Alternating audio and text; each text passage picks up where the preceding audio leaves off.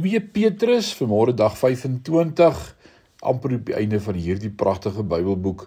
Ek is Rinus van Sandwyk van Sion Gemeente in Parys. Vanmôre lees ek vir jou uit 2 Petrus 3 vers 14.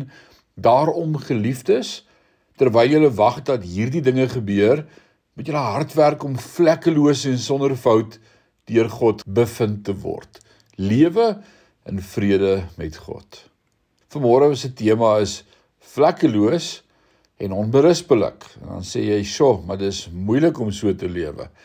Ons weet Jesus kom terug, maar daar is baie wat nie vrede het oor sy koms nie, want hulle weet, hulle is nie vlekkeloos en onberispelik nie. Verstaan, liewe heilige, dat ons in Lukas 12 vers 37 Jesus hoor sê, geseënd is daardie diensknegte wat die Here, wanneer hy kom, wagtende sal vind. Daarom, as jy bloot kyk vir sy koms, as jy moeg is vir hierdie wêreldsisteem en sonde en korrupsie en wil sien hoe die Here uiteindelik regeer in heerlikheid, is dit jy vir wie die Here geseënd noem.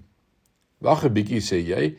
Die teks sê nie net moet ons hom soek nie, maar ons moet in vrede, vlekkeloos en onberispelik deur hom gevind word. Dis waar, en die enigste manier waar ons in vrede sonder vlek en onberispelik deur hom gevind kan word, is om in hom gevind te word. Die groot nuus van die evangelie is dat die oomblik toe jy 'n Christen geword het, jy in Christus geposisioneer was. Gaan lees 2 Korintiërs 5 vers 17. Gevolglik, wanneer die Vader na jou kyk, sien hy jou nie. Hy sien die vlekkelose en onberispelike een, Jesus Christus. En niemand het die werklikheid van hierdie waarheid beter beliggaam as Petrus.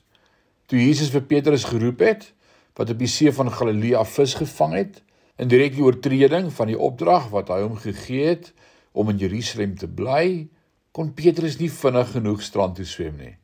En toe hy daar aankom, het Jesus vir Petrus lesings gegee, of Petrus beswadder, of Petrus verneder? Nee, hy het Petrus gedien. Gaan lees Johannes 21 vers 12 en 13. Sal Jesus kwaad wees vir jou wanneer hy kom?